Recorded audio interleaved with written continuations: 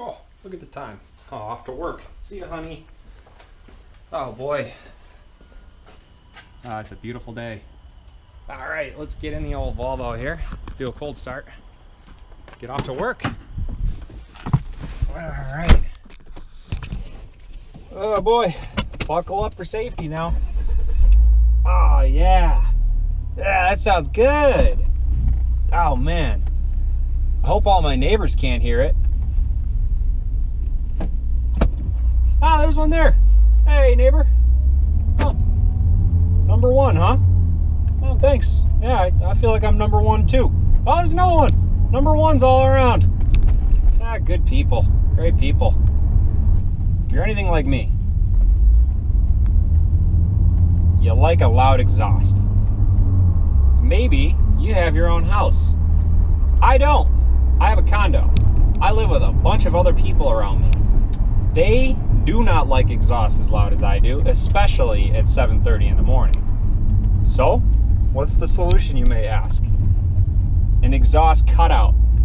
Exhaust cutout, you may ask. Well, why would I want one of those? Let me tell you. The best of both worlds. You can have a loud exhaust and a quiet exhaust all in one. Hoo-hoo, go figure.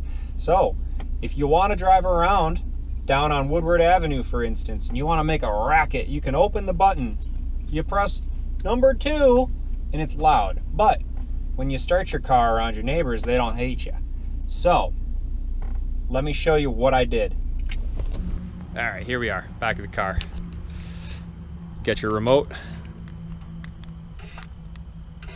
Remote talks to this module here, and this module gets 12 volts from a battery source and supplies it to the flapper valve, which we got underneath here. So you can see flapper. If I hit a button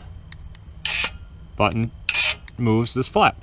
So what I've done is taken from the inlet to the muffler. Muffler goes in here, comes out this side, this tip, and the other tip is on the other side. So I've basically just bypassed in between the muffler, so you get straight pipe. This flap here is nice. It's a V-band. V-bands were leaking just due to the way it was welded, so I just put some sealer on there, the copper stuff. This V-band's nice though, because you got a separation between heat and the actual module. You got air. Air is a great insulator. So that's how we have it set up. And like I showed you up here, we have the actual smart module, 12 volts from our fuse block here. We've got a ground, and then it runs through the floor underneath here through a grommet that was factory to the flapper. So that's how that is all set up. Total cost after installation was a whopping $300. $100 of that was labor. That's because I can't do the welding myself here at this small garage. The part was $280. This one is by DigiPower. They give you this remote, and then you can use the app as well. Just comes with the flap, some material, a V-band, and the module in this guy. Is it worth it?